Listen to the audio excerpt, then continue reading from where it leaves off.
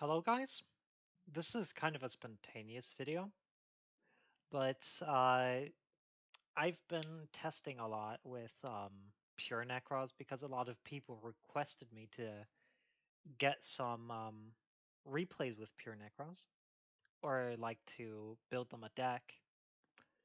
And my personal philosophy with building decks is that the outcome must be something that can get at least 70% win rate on Dueling Book ranked. Unfortunately, this is all but the case with Pure Necros. But anyways, I wanted to talk about a couple of faults of Pure Necros and the general Necros engine, and why Pure Necros is not able to compete in this meta, and also why this deck needs a lot of support and generally needs cards that help them play through it. And I'm not talking about generic ritual support. I am talking about getting actual Necro support. So first, let's go into this high-rated DB video. We're playing against an 843.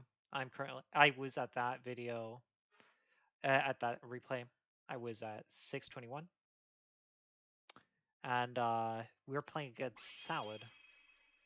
So you guys should remember that usually Salad was kind of a favorable matchup for Necros, but that's not really the case, and I can show you kind of why. So here we go first.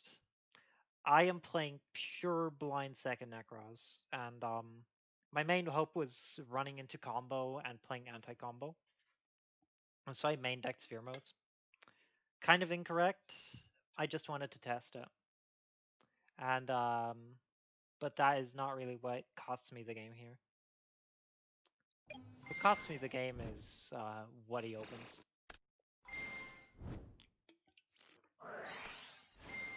So you go here for goes here for standard Salad combo. He's gonna go for Rage War, and then he still has the Will follow up, which is really strong. I did not know if he had Will follow up or not. So I'm going into this thinking I have lost already because I cannot target his board because he went for the transcode talker, which is very unstandard. But it is good enough here because he's without knowing he played around the Brio. Maybe he scouted me that I was playing a lot of Necros, but I don't know. He like really hard played into Nib, and I think he wanted to punish me. So I go for the Trish play. He roars the Trish. Kind of expected, but I couldn't do anything else but Trish him. That was the only way I could touch his board. Other way, it would have been going for Unicorn, but there was no way to do that because because he negated my Kaleido. Or actually, I don't know what happened with that Kaleido. Anyways, I go for Inception, try to get Brio back, and then I just admit defeat because this Brio is not going to out this board. And he also has Gazelle in hand, and I don't know what his last card in hand is. And he still has Rage, and if I summon Brio, even if I could target his board, he would just bounce it, pop it. So here I just lose because his interactions were way too strong. And the main problem with Nekroz is that the Nekroz core itself can only play through 2 hand traps maximum, and that is not very good. Uh, Something like Dragon Link or something, which is basically an engine pile that all is basically one deck, can play through so many hand traps because of all their individual engines that do the same thing. So, anyways, here he expects me to go first and just drop Unicorn pass. So he sides in everything for this, and he overdraws so much hate that he loses because he overdraws. But he still got the sign up mining, so he got Lady D debug. And then he goes, yeah, stuff.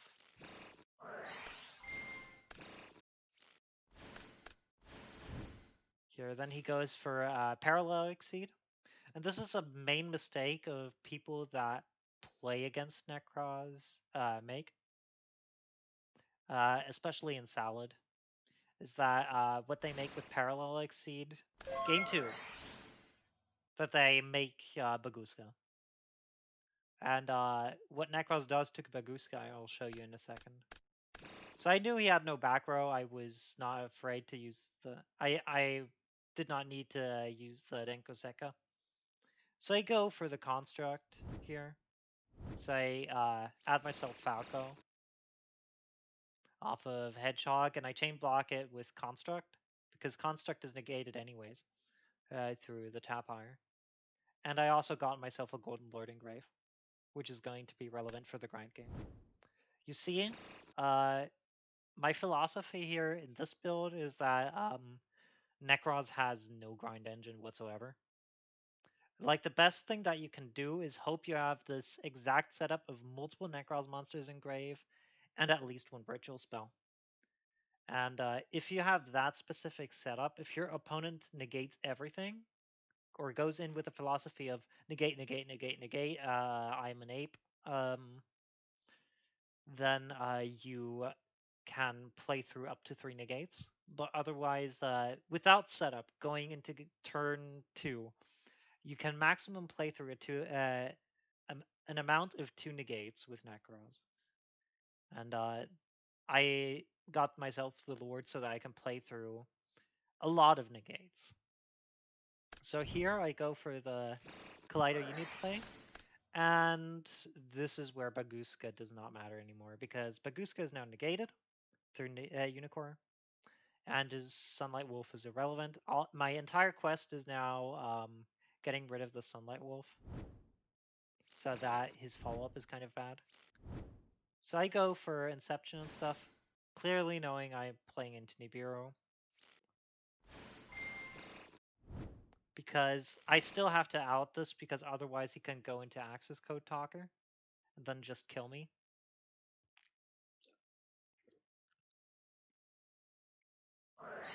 So then I go for Trish. He has to drop the Nib right here. Trish forces Nib every time. And I didn't normal summon yet, so that is going to be kind of relevant. So then I go here for the Denka. Then he goes here for the Nib. And I banish Falco, Sanctuary, and Sunlight, because he already has... actually, he does not have it, but I wanted to get rid of his Sanctuary, because the Nib would have been outed in a second, because I got the Golden Red. So I showed him that I added the Shadal Fusion. I set it. And I activate Golden Lord effect to Special Golden Lord. And then I go into Celine. Then I go Access Code and I out his board. And here's a really cool play that I'm doing. Okay? Because Nekroz loves to have no cards on field. You do Celine. I first banish the Celine to bait out the Bailings, and then I banish the Access Code Talker himself to pop the Gazelle, so that he has nothing anymore. And I have all the setup that I need. Like, this is the specific grind setup you need to win with Nekroz. And then I go here for the cycle. And because I have a level 4 on hand, I'm going for Kaleido Unicorn, so that if he top decks anything like exactly Debug, he cannot go for the Access Code Talker play himself. Because I have Valk Unicorn, and there's no way he's outing that with 2 cards. Or at least I thought so, because he also had Dark Ruler. So then he goes for the Sunlight Wolf. I think he could have gone for more. He should have gone for more, but he could have could not have killed me anyways. He should have still gone for more, so this was kind of a misplay. He should have gone Dark Ruler and then go for the Splash Mage into Access Code play. Or no, actually, he could. Yeah, he should have gone for that. Splash into Trance into Access. Then I go for the Golden Lord and punch him really hard. And then he Dark Rulers me, and then he trolls me because I trolled him, and we go into game 3. So this hand is excellent again, and his hand also is great. Apart from the fact that I drew double parallel, kind of sad, but it doesn't matter because he plays 3. He has the Gazelle access, and he's going to go for War plus Standard Board plus Baguska. So the Baguska again does not matter. What takes me out of the game is Roar plus Valor, and this is where I lose. So you see, the main cards that are carrying me right now here are not the Nekroz cards. Game 2, it was the Golden Lord. Game 3, it was me playing the Stenko Seka, only that the Stenko Seka completely crumbled because I got Valor. So then I go for Kaleido, and then on resolve of the search, he goes Valor, and then I misplay. Another thing is, because you're playing such a hard deck to play, you cannot misplay versus meta decks, while meta decks can misplay versus you. And I mean, with misplay is not misplaying generally, but misplaying even under perfect knowledge. Like if I have perfect knowledge, uh, my plays would have been completely different probably. I still would have dropped the Denko, but my perfect knowledge would have been differently adjusted. Because I had to play around this roar, and now I will eat the roar off of on this Talismandra. And then I go here for the Nyarla.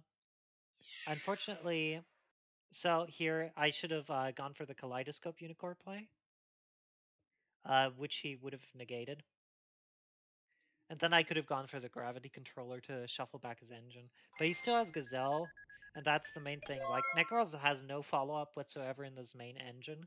You just minus, minus, minus, minus in your engine, and hope that the way you out your opponent's board also is minus enough. That was the case like 2 years ago, where decks were not having follow-up for the next turn after their boards, and just putting up 5 negates and stuff. That was fine.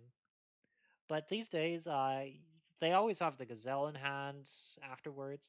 They have more Eldritch traps. They have everything. And that is like the main suffering point of pure Necros. And also, another suffering point of Necros is that Unicorn Pass is not the beast that it once was. It is literally just summoning a monster and begging your opponents to not have the 20 outs that they can main deck. So anyways, I just lose here because he puts this into attack position and then he gazelles me, and then I will just get OTK'd here. And also he asks me here about the Sidens. Gozen is a good Siden versus Nekroz, at least versus Incantation Nekroz. And Summon Limit kind of sucks. That's also something to say. So this is the list that I have been trying to play that is not Christian locking people or stuff. Unfortunately, you have to be playing unfair in this meta, and also probably even if Halka Fibrex gets banned, you have to play unfair in this meta, and it's kind of sad. And Nekroz really needs a support card to play through cards, because your main problems are that opponents have way too much follow-up, or they play cards like Called by the Grave, which completely destroy your deck inside and out, just because they want to play around hand traps. The entire engine way of the Nekroz is kind of hard to play, and if you don't want to end up getting loose streaks like these, do not play pure Nekroz. Just play any kind of I make needle fiber Ooga Booga stuff, and hope you get like a lot of wins off of just sitting on Chris just Savage, I guess, or going plus 20 or something, or just play an FTK here and win all the time, like here. I mean, here I was playing 6 Sam FTK, but that is like the point. Uh, you don't. You're so in a nutshell, power level of Necros is not high enough, and the grind game is not high enough.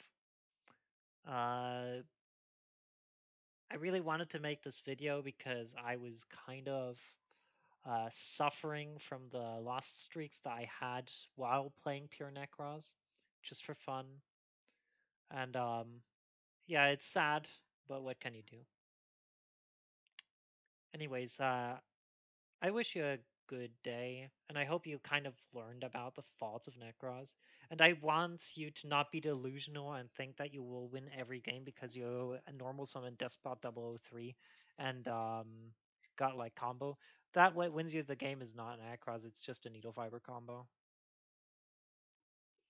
And the engine of Necros itself needs support or a different metagame. A very different metagame. Anyways, I wish you a good day and see you.